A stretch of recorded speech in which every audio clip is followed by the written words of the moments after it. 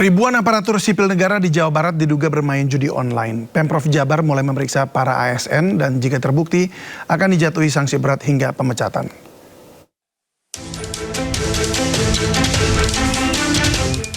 Pemerintah Provinsi Jawa Barat mengungkap 2.663 aparatur sipil negara di Jawa Barat diduga bermain judi online. Temuan ini berasal dari laporan Pusat Pelaporan dan Analisis Transaksi Keuangan atau PPATK. Total nilai transaksi judi online yang dilakukan ASN di 27 kabupaten dan kota mencapai 10 miliar rupiah.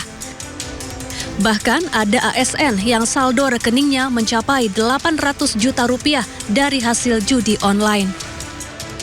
Banyak sekali ASN di Jawa Barat, terutama di kota-kota besar ya, di Bekasi, Bandung dan sekitarnya banyak sekali yang terlibat judol. Saya berharap kita segera menindaklanjutinya, para inspektorat di kota kabupaten untuk segera memanggil para ASN yang terlibat judol tersebut, memberikan sanksi ya sesuai dengan aturan yang berlaku. Kenapa temuan Bapak dari mana sih Pak? Temuan Bapak menemukan? Saya waktu itu silaturahmi dengan Kepala PPATK Pusat, Kang Ivan, kebetulan orang Jawa Barat, bisa ngobrol. Di akhir pertemuan itu beliau sampaikan, Kang, hati-hati, Jawa Barat judulnya sudah sangat meresahkan. Pemprov Jawa Barat membentuk tim gabungan yang terdiri dari Badan Kepegawaian Daerah, Inspektorat dan Biro Hukum untuk memberantas judi online di lingkungan Pemprov Jabar. Dari Bandung, Jawa Barat, Ervan David, iNews melaporkan. Pemirsa, Bupati Pati Nonaktif Sudewo membantah menerima suap senilai 700 juta rupiah dalam proyek pembangunan jalur rel Dirjen Perkeretaapian Kementerian Perhubungan. Sidang lanjutan dugaan korupsi Bupati Pati Nonaktif Sudewo kembali digelar di Pengadilan Tipikor Semarang, Jawa Tengah. Petugas mengawal ketat jalannya persidangan.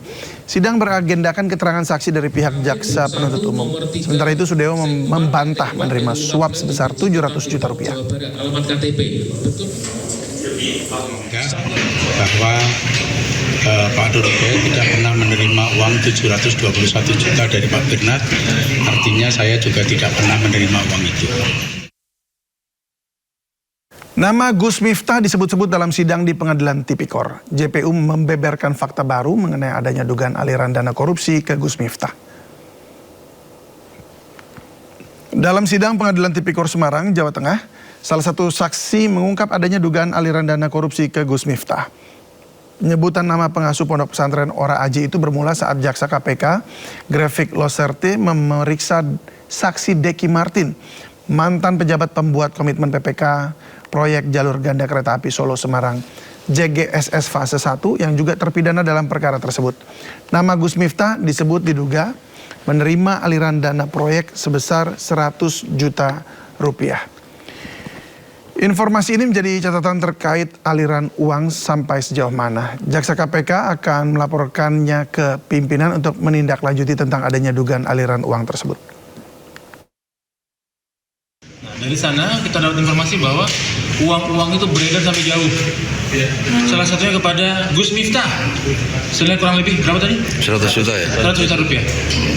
Semoga jadi catatan kita semua bahwa uangnya mengalir sampai jauh. Terkait tindakan apa yang kami lakukan, kami belum bisa memutuskan hari ini, kami akan lapor ke pimpinan.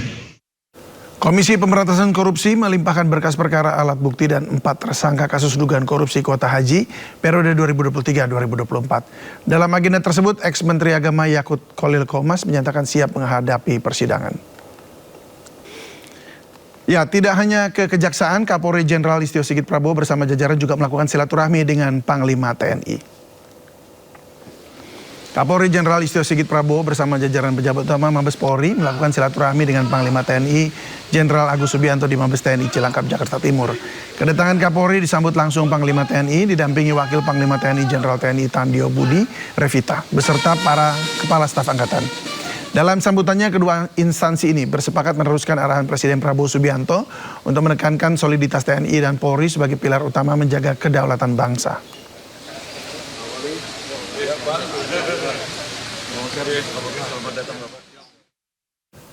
Bupati Lombok Timur Hairul Warisin mengungkapkan betapa pentingnya program MBG sekarang, di mana banyak pedagang terbantu karenanya. Kasih orang makan MBG itu. Nggak ada orang belanja di pasar. Disampaikan Bupati Lombok Timur saat anak libur sekolah, pedagang-pedagang mengeluh karena pasokan pembelian bahan baku untuk MBG tidak berjalan. Menurutnya program makan bergizi gratis tidak hanya berdampak pada gizi siswa, tapi juga ikut menggerakkan roda ekonomi masyarakat. Murid tidak masuk di pasar pada menangis. Harga cabai yang tadinya 60.000 sekarang 30.000. Bahkan hari ini turun jadi 25.000. Banyak orang yang kasih orang makan MBG itu. Nggak ada orang belanja di pasar. Teriak itu semua pedagang sayuran di pasar itu sekarang itu. Sampai mereka menelpon saya. Bupati gimana nih caranya nih supaya murid itu segera dimasukkan saja. Dosa diliburkan katanya. Terasa dia sekarang. Sekarang hanya 3 minggu siswa murid tidak masuk di pasar pada menangis. Harga cabai yang tadinya 60.000 sekarang 30.000. Bahkan hari ini turun jadi 25.000. Banyak orang yang nyinyir Pak. MBG stop, MBG. Bagaimana MBG mau di stop? Kalau MBG di stop, siapa yang akan beli telur? Siapa yang akan membeli daging? Punyanya peternak. Siapa yang membeli sayur? Punyanya petani. Kalau kita semua tanpa MBG yang mau mengkonsumsi itu, tidak mungkin Pak. Dan sudah kita buktikan, hari ini terbukti dia. Itulah pentingnya MBG ini Pak. Sementara itu pendakwah Kodim Al-Husna memiliki pandangan yang berbeda. Menurutnya selesaikan dulu kasus dugaan korupsinya daripada mendahulukan manfaat program. Ada kaidah fikih darul mafasid muqaddam ala jalbil masalih. Jadi darul mafasid menolak menghilangkan kerusakan di sini adalah isinya adalah korupsi. Muqaddam harus didahulukan ala jalbil masalih atas menarik kemaslahatan, di sini MBG. Jadi kerusakan, kemafsadahan, dosa yang sudah jelas yaitu korupsi, ini harus lebih dahulu diantisipasi untuk dihilangkan dari sekedar untuk jalbil masalah, yaitu Presiden Prabowo Subianto mempersilahkan masyarakat Indonesia pindah ke negara lain jika merasa masa depan Indonesia suram. Prabowo juga meminta masyarakat bersatu dan tidak mempunyai sifat dengki, curiga, serta mencaci maki.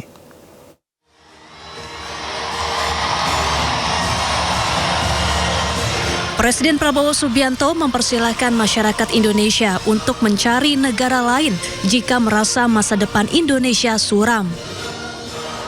Menurutnya, masyarakat Indonesia seharusnya bersatu dan bergotong royong agar Indonesia bangkit menjadi negara sejahtera.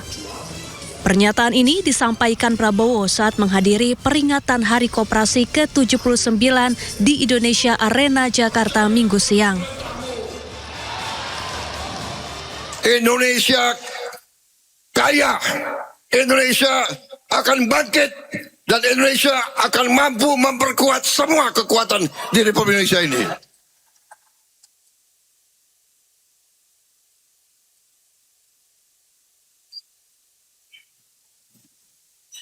Yang ragu-ragu, silakan duduk di rumah aja.